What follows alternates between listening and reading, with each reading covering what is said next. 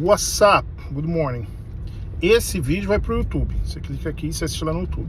O próximo vídeo é o que eu faço todo dia. Aquilo que aqui veio duas ideias, e se eu não gravar agora eu acabo esquecendo, que eu achei uma coisa muito interessante, né? Essa semana que passou, os convidados do podcast Mano a Mano, do Mano Brown, foram Nath Finanças e Eduardo Moreira. Esse cara é um ex-banqueiro, fundador do canal ICL, agitador, político. O cara tem umas ideias, eu nunca tinha parado para ouvir ele, para escutar ele. E é um cara que tem umas ideias legais. Gente, a imagem vai ficar esquisita porque tá amanhecendo. E eu tô num lugar que, aí se eu desligo, vai ficar assim mesmo. Vai ficar assim mesmo. Enfim. E ele fala uma coisa, assim, eu vou vendo muitas pessoas falando, né?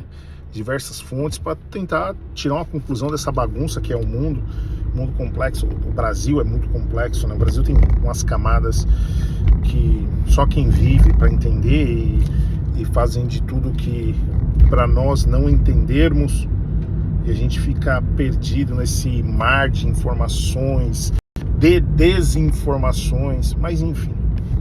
Então o que acontece? O que eu vejo muita gente que não é super rica defendendo o direito do rico. Isso é um tanto quanto estranho, né? Meio que a barata que torce para o inseticida, né? É uma coisa muito bizarra, mas é Brasil. E eu conheço muita gente que não é nem rico e acha conta taxar os super ricos. E o Brasil tem umas nuances, por exemplo, o Brasil não tem imposto sobre herança, Estados Unidos tem. O Brasil não tem imposto sobre exportação, os Estados Unidos tem. O Brasil permite os fundos exclusivos dos super ricos, ou seja, também não tem imposto. O Brasil tem uma modalidade que é o LCA, Letras de Câmbio Agrícola, também não paga imposto.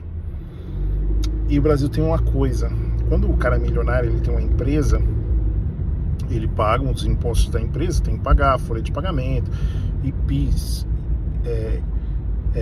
PIS, IPI, COFINS, ISS, uma série, aquela confusão toda do Brasil, e ele paga.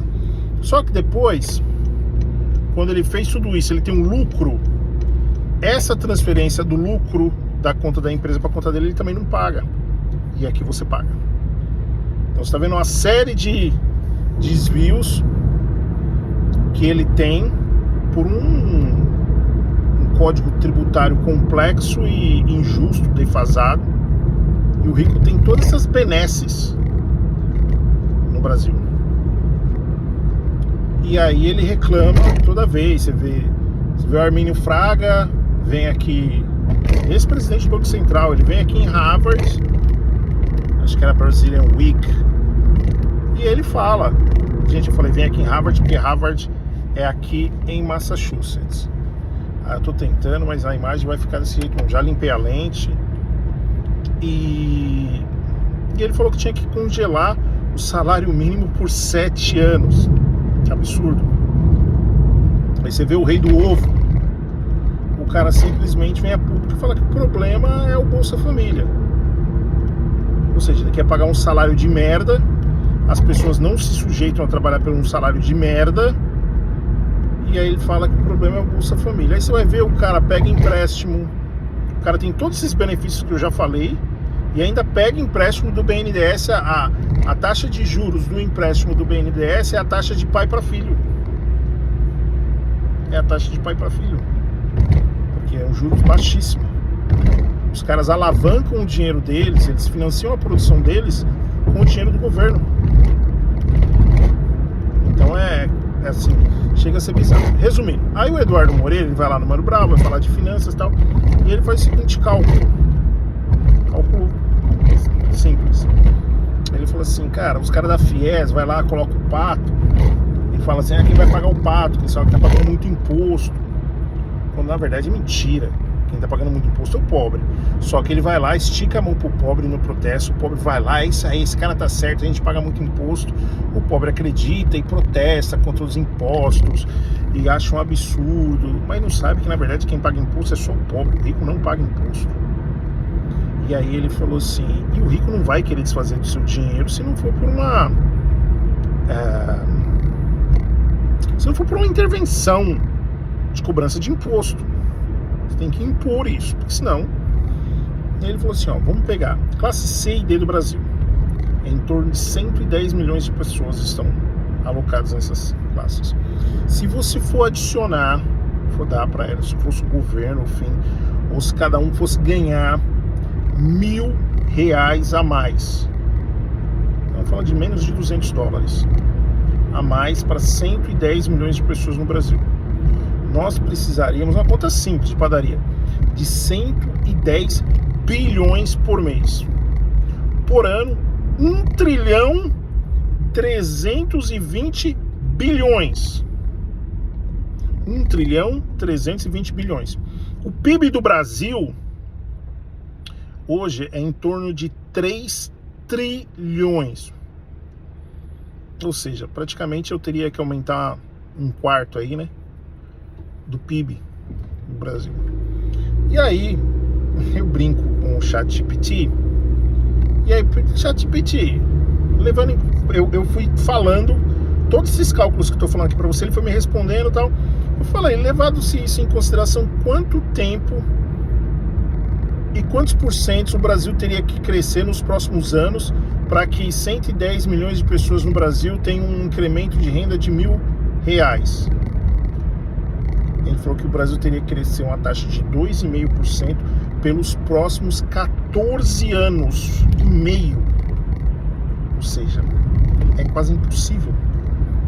Que ainda não estou levando em consideração, não estou descontando a inflação, crescimento populacional, porque a classe rica não cresce, a classe lá dos bilionários ela não cresce populacionalmente, ela não cresce.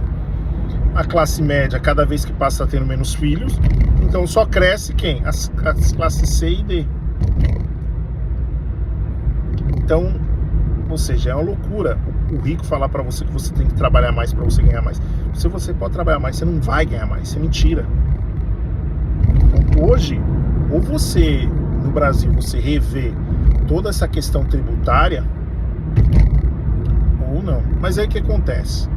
Estamos falando de leis. Quem faz as leis no Brasil, teoricamente, quem legisla no Brasil é o Poder Legislativo, ou seja, a Câmara, os deputados federais e o Senado. Só que esses caras são patrocinados justamente pelos mais beneficiados, que são os empresários. É o agronegócio. Isso quando eles não são o próprio agro. O Lira, Arthur Lira, ex-presidente da Câmara, é da agropecuária. Faz leilão de cavalo assim, com os preços surreais, entendeu?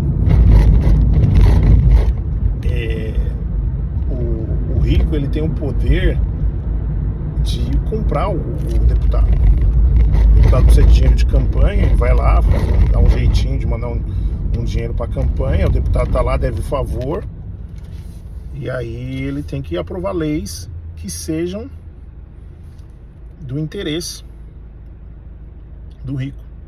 Então vocês estão entendendo como é muito complexo?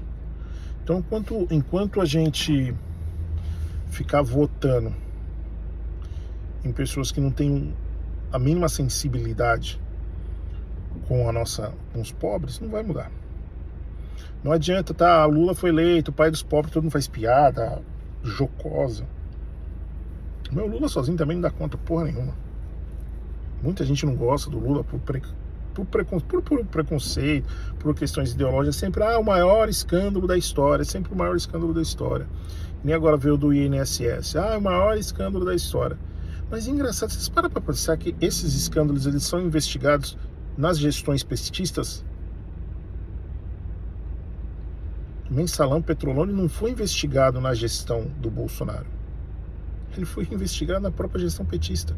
O INSS, que não começou agora, começou lá atrás, na gestão do Temer, passou os 4 anos do Bolsonaro, continuou no governo Lula e só foi descoberto agora. Para pensar.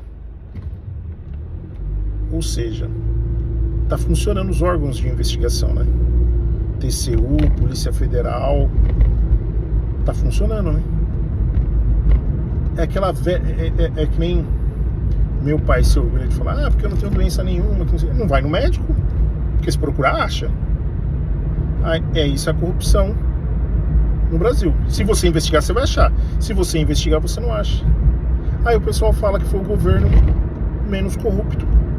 Não é que foi o governo menos corrupto, foi o governo que menos investigou. Simples assim. Eu não investigo, eu não acho. E quando as investigações vão chegando perto dos meus chegados, dos brother, eu troco os investigadores, eu troco o delegado.